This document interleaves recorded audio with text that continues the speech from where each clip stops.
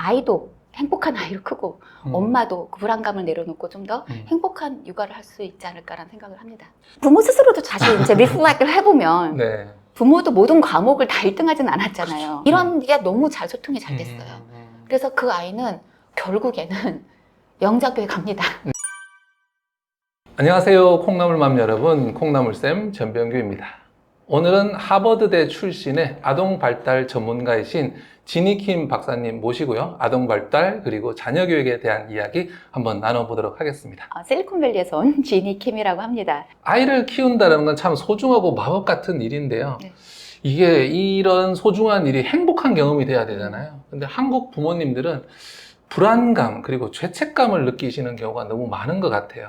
행복한 육아가 되기 위해서는 어떤 마음가짐을 가지는 게 좋을까요? 네, 한국 사회에서는 아무래도 이제 그 숫자하고 이렇게 좀 떨어져서 생각하기가 되게 좀 힘든 것 같아요. 아이들이 어려서부터 좀 이렇게 너무 잦은 평가에 노출이 되고 그러다 보니 아이들이 좀 불안감, 압박감도 이제 생기게 되고 네. 또 아이들이 자꾸만 이렇게 그 숫자에 따라서 이렇게 줄 서는 약간 그런 이제 문화가 있는 것 같아요, 아무래도. 네네. 그래서 그런 면에 되게 좀 어찌 보면 되게 안타까운 현실인 것 같은데, 아이들은 그 정말 100이면 100 다 다르잖아요. 네. 그래서 아이들마다 타고난 그런 이제 고유성을 네. 좀 알아봐 주시고, 아이들의 그런 이제 균형적인 발달을 도모하는 이제 그런, 다양성의 가치를 부모님들이 생각을 해주시면서 육아를 하는 것이 좀 더 행복한 길이 아닐까. 예, 그래서 이런 이제 너무 이렇게 아카데믹한 이런 좀 인지라든지 공부라든지 그런 거에서만 좀 빨리 가야 되겠다는 그 빨리빨리라는 그런 급함보다는 아이들의 좀 이렇게 정서를 좀 더 살펴주고 우리 아이가 좀 더 무엇을 원하는지 무엇을 할 때 무엇을 하는 걸 좋아하는지 무엇을 하는 게 우리 아이가 행복한지 이거를 좀 아이 스스로도 찾아볼 수 있는 그런 육아 환경을 만들어 주는 게 아이도 행복한 아이로 크고 엄마도 그 불안감을 내려놓고 좀 더 행복한 육아를 할 수 있지 않을까라는 생각을 합니다. 그 한국 부모님이 숫자에 집착한다고 하셨잖아요. 네네. 그래서 미국 드라마나 이런 데 보면 한국인, 아시아인들은 A를 안 받으면 좀 난리가 나는 네네. 예, 미국 부모님들은 뭐 B 받으면 굿! 그러는데 한국 부모님은 A 안 받으면 뭐가 하늘이 무너지는 것 같은 반응을 한다고 하던데 실제로 조금 그런 게 있나요?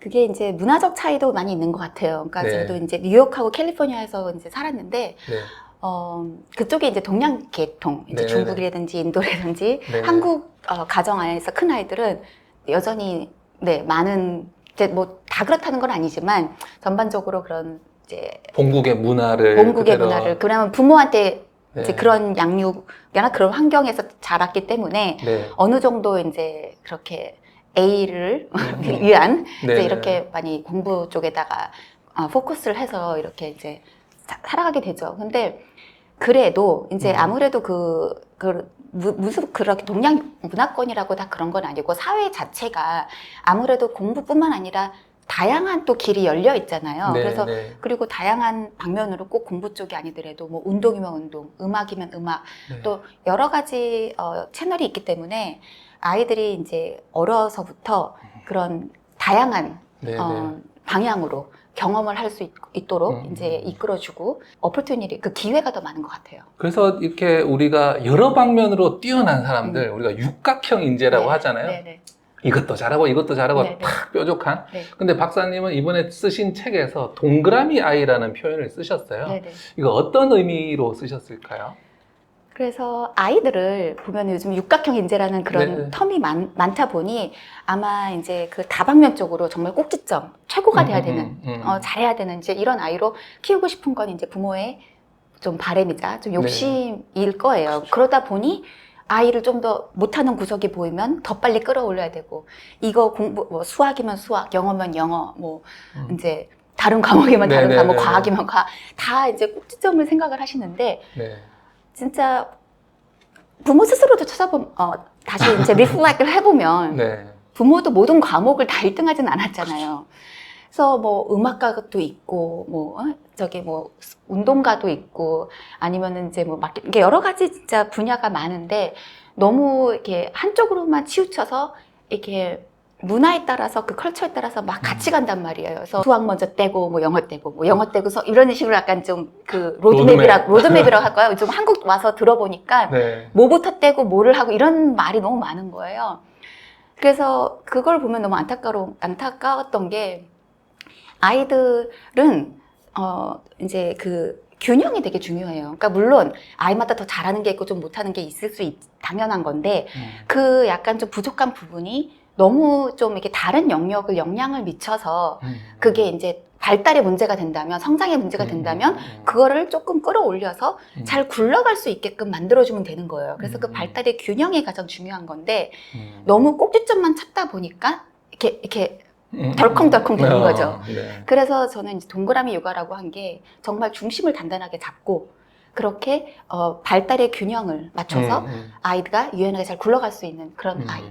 그리고 육아도 이제 아이를 그렇게 한 면만 쳐다보는 것이 아니라 이렇게 총체적인 아이를 이제 봄으로써 그렇게 발달된 균형적인 성장을 도모할 수 있는 그런 육아를 하면 어떨까 하는 바람에서 동그라미 육아라고 얘기를 해봤습니다. 저는 잘 굴러가야 된다라는 이야기에서 확 그 느낌이 왔어요. 네, 네. 그러니까 두루두루 너무 막 뾰족한 것보다도 이렇게 잘 굴러가다 보면 아이가 또 자기 길을 발견하고 하는데 네. 거기서 동그라미 아이라는 말이 나왔네요. 네. 아이를 키우면서 반드시 들여다봐야 할 발달 영역이 6개 있다라고 하셨어요. 이 6개 영역 뭐 워낙 내용이 많을 텐데 네. 간단하게 한번 소개 부탁드립니다. 보통 아이들의 발달을 보면요, 원래는 5대 영역으로 봐요. 그거는 이제 인지 영역하고 언어 능력, 그다음에 사회 정서 능력, 그다음에 신체, 그다음에 자조 능력 이렇게 5가지로 보는데 저는 여기다가 이제 행동을 더 추가해서 6가지로 얘기를 한 거예요.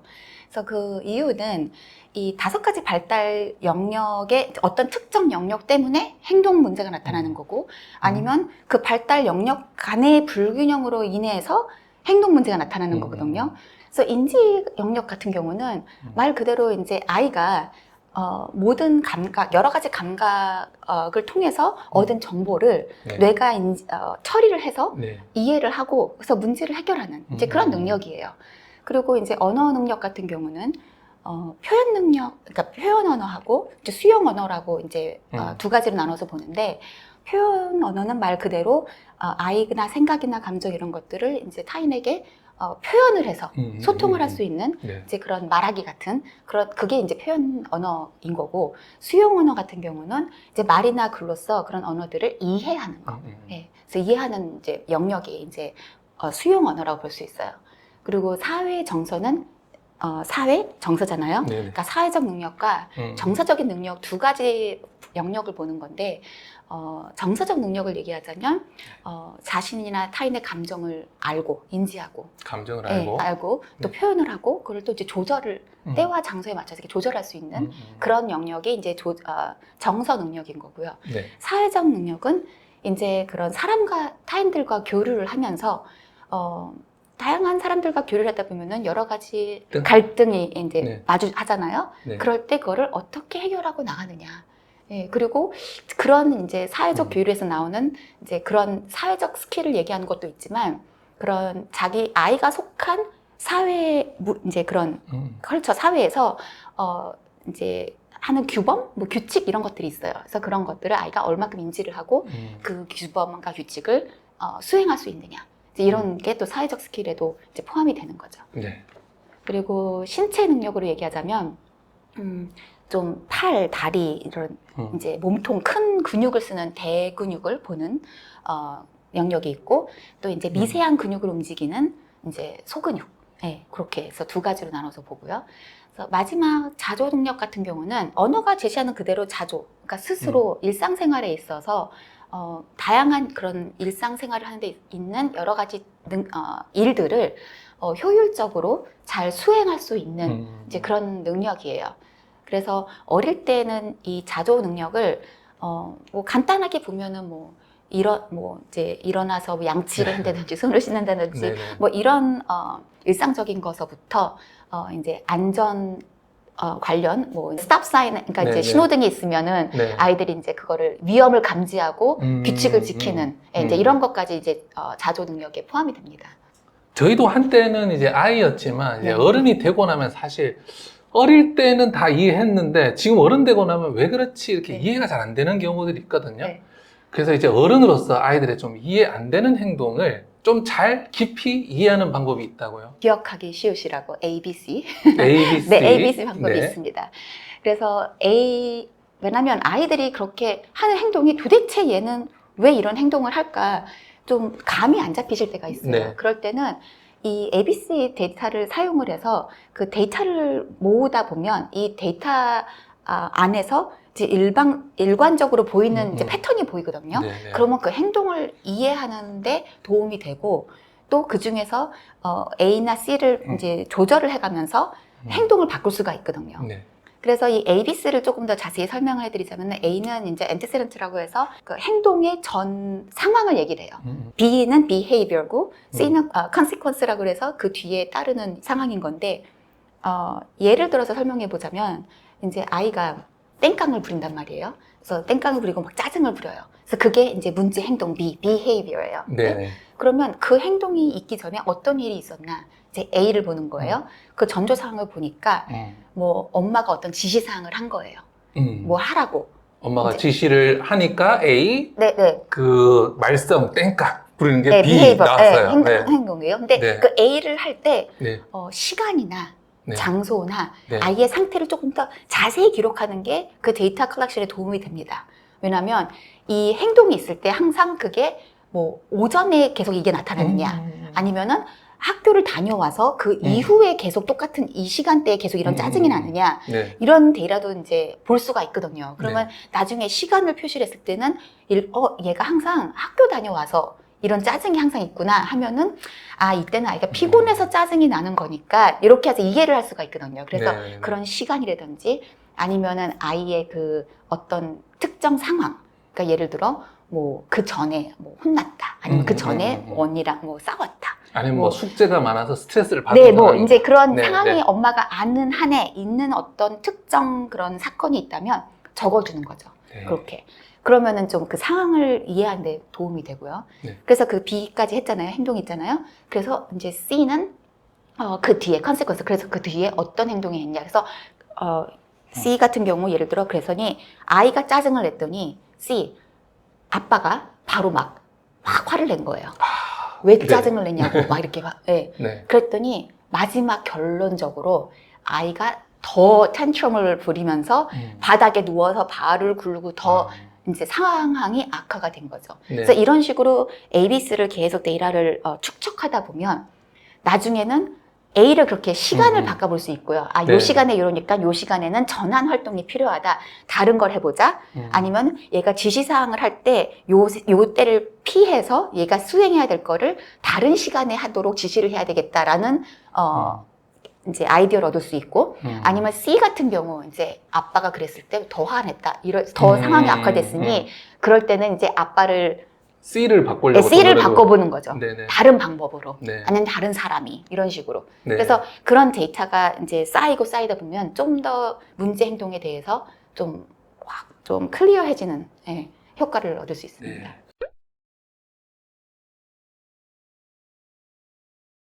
제가 초등교사를 하면서 이렇게 교육 전문가가 될 수 있었던 것도 사실은 요 방식인 것 같아요. 네네. 교실에서 아이들이 어떤 문제 행동을 했을 때 그냥 문제 행동이 좋다 나쁘다 해서 그냥 뭐 벌을 주고 이렇게 네. 해서 끝내는 것이 아니라 쟤는 어떤 행동 패턴이 네, 있지? 쟤는 언제 저런 식으로 행동을 하더라? 그리고 그 결과는 뭐가 나고 이런 것들을 저는 계속 스스로 계속 생각을 계속 했거든요. 맞아요. 그러다 보니까 이제 나중에는 그 데이터들이 20년간 쌓이니까 네. 애들 보면 척척 이렇게 나오더라고요. 네네. 사실은 오은영 박사님이 그 프로그램에 나와서 아이들 문제 진단하는 것도 사실은 똑같습니다. 이렇게 영상 분석을 보면서 지금 저 아이가 소리 지르는데 보면 그때마다 소란이 일어나고 있었어요. 시끄러웠어요. 아이는 청각에 굉장히 민감한 아이입니다. 이렇게 분석을 해주시거든요. 네네.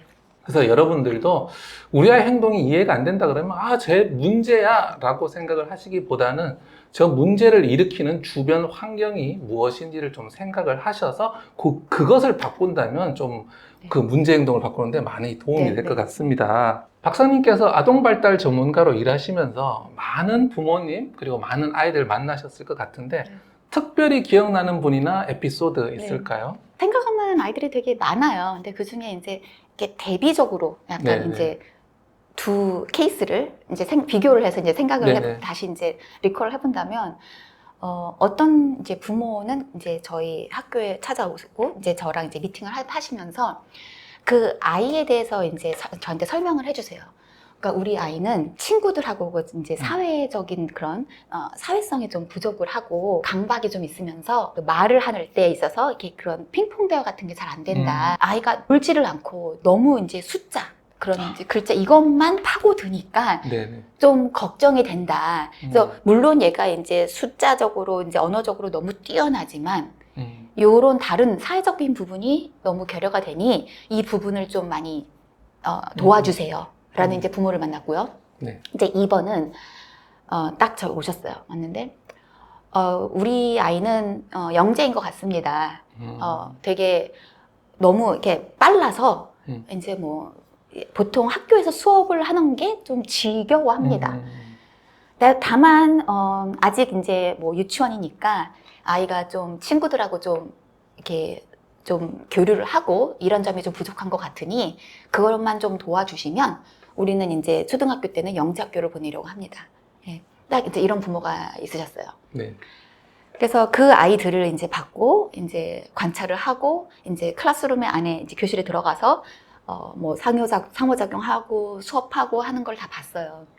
근데 2번 아이 같은 경우는 처음에 이제 부모의 목적은 영재 학교를 보내기 위함인데 아이가 다만 사회성이 부족하고 그리고 이제 학교 이제 그게 진도가 아이가 영재이기 때문에 재미가 없어서 페이 어텐션을 안 한다고 집중을 안 한다고 하셨잖아요. 네. 근데 정말 아이를 이제 교실에서 보니까 그런 정도의 문제가 아니었어요.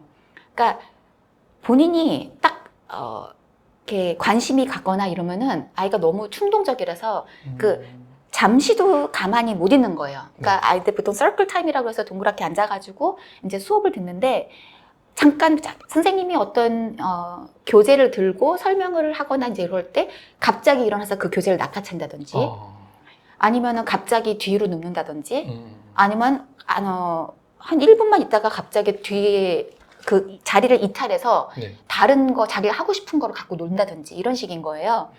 근데 학교 생활을 하는 데 있어서는 이런 것도 다 이해를 하고 이렇게 지켜야 되는 이제 그런 규칙이거든요. 그런 게 바운드리가 전혀 없는 거예요. 그래서 수업 자체를 그 아이가 너무 앞에 가서 선생님 걸 다 뺏고, 그러니까 타인의 입장을 전혀 모르고, 결국에는 이 아이는 정말 원투원 에이드, 그러니까 이제 1대1 도움 교사라고 하나요? 네. 그 분이 붙지 않는 이상 수업 진행이 안 됐어요. 그래서 결국엔 이 아이는 그 다음 초등학교에 가서도 도움이 없이는 학교에서 안 받겠다고 그랬어요. 그러니까는 이 아빠가 생각했던 영재성은 그냥 이 아이가 그냥 글을 너무 잘 읽고 그냥 숫자, 뭐 계산하는 걸 너무 잘하고 그냥 그런 인지적인 능력만 보고 우리 아이는 영재예요 하고 달리 보이는 문제점을 전혀 고려하지 않은 거예요. 부모의 약간 좀 잘못된 그런 생각에 그 아이의 적절한 도움을 빨리 주지를 못한 거죠. 네. 그래서 그게 좀 되게 안타까웠고, 그래서 나중에 제가 그 부모를 설득을 되게 해야 됐었어요. 네, 네. 그 원투원 에이드를 받기까지. 쉽지 않은데. 네. 왜냐면 제가 들어가기 전에 여러분이 시도를 했다가 다 실패를 해서 저는 딱 그 학교에 이제 디렉터로 부임해서 갔는데 저한테 맡겨진 첫 번째 케이스가 그거였거든요. 당신이 좀 해결을 해라. 그래서 이제 저는 이제 많은 부모를 만나다 보니 이게 좀 이게 중국계 부모였는데 이제 아다르고 어다른 거잖아요. 그래서 좀 다르게 좀 어프로치해서 그 부모를 설득을 시켰죠. 그래서 이 아이의 그런 이제 성공을 바라보시고 이제 영재 학교로 이제 바라보시고 이렇게 노력하시는 걸 이해는 하겠는데 지금 이제 아이가 그러니까 장기적으로 봤을 때 그런 이제 공부 습관이라든지 이런 학교 생활 태도라든지 이런 거를 지금 잡지 못하면 후에 가서는 아이가 더 많은 공부를 하고 더 많은 이제 그 시간 동안 앉아 있어야 되고 성과를 얻으려면은 나중에 고치려면 그거가 더 힘들다. 그러니까 지금 원투원 에이드 에이드를 붙이던 테라피를 붙이던 해서 지금이 가장 크리티컬한 시간이니까 네. 지금 서비스를 많이 받아 놓으면 네. 나중에 이게 다 도움이 된다. 이런 식으로 약간 어프로치를 바꿨어요. 네, 왜냐면 네, 네. 저도 초창기 때 20대 네, 선생님일 때 아이 처음 보고 약간 자폐 성향인 아이를 보고 그 어머니한테 바로 자폐 얘기를 했다가 그 어머님이 아이를 전학시켜버렸거든요. 왜냐면 제가 그런 말을 처음으로 너무 다이렉트하게 딱 네, 얘기했던 네, 사람이기에. 네, 네. 근데 이게 아이한테 가장 중요한 거거든요. 그 레벨링이 아니에요. 지금 필요한 서비스가 뭐냐, 지금 도와줘야 될 수 있는 게 무엇이냐를 파악해서 그거를 빨리 조치를 해주는 게 이 아이한테 가장 지금 이로운 거거든요. 그러니까 부모님한테 어떻게든 부모의 마음을 돌려서 이 아이한테 필요한 서비스를 받게끔 하는 게 저는 가장 중요한 저의 목적이었거든요. 네. 그래서 이제 그 두 번째 아이는 서비스를 네. 받게끔 이제 허가를 받고, 왜냐면 저희 부모가 동의를 안 하면요, 네. 저희가 아무리 필요하다고 맞습니다. 해도 줄 수가 없어요. 한국도 네. 똑같죠. 그래서 네. 이제 그런 에피소드가 전 너무 남고, 첫 번째 아이 같은 경우 다시 돌아가서 얘기를 해보자면 그 부모는 아이를 되게 좀 뭐랄까요, 총체적으로 보고 뭐가 필요한지를 알고 계속 이제 그거를 꾸준히 학교와 협력을 하면서 저와 계속 소통을 하면서 계속 꾸준히 테라피도 하고 아이도 학교에서는 이런 어프로치로 아이를 도와줍니다. 집에서는 어떻게 합니까? 이걸 저희가 학교에서 했는데 아이가 잘 따라옵니다. 그럼 집에서도 이렇게 해보세요. 이런 게 너무 잘 소통이 잘 됐어요. 그래서 그 아이는 결국에는 영자교회 갑니다. 네, 네, 네. 그래서 이 두 아이가 좀 어떤 면에서는 비슷하지만 너무나도 다른 아이였기 때문에 생각이 납니다. 아, 너무 공감 네. 가는 게 한국 똑같아요. 한국에서도 이제 ADHD나 얘 좀 뭐 자폐가 있겠거니 해서 얘기를 하면 네. 부모님이 안 받아들이는 경우가 일단 네. 대부분인데, 항상 아이 입장에서 요거 받으면 요렇게 네. 더 좋아질 거예요 라고 말씀드리면 또 네. 받는 경우도 있고, 네. 근데 결국에는 부모님이 그걸 인정하고 같이 하는 애들만 좋아지더라고요. 네. 부모님이 현실을 네. 부정하는 그런 아이들은 좀 발달이 안 된다고 할까요? 네, 네. 그렇더라고요.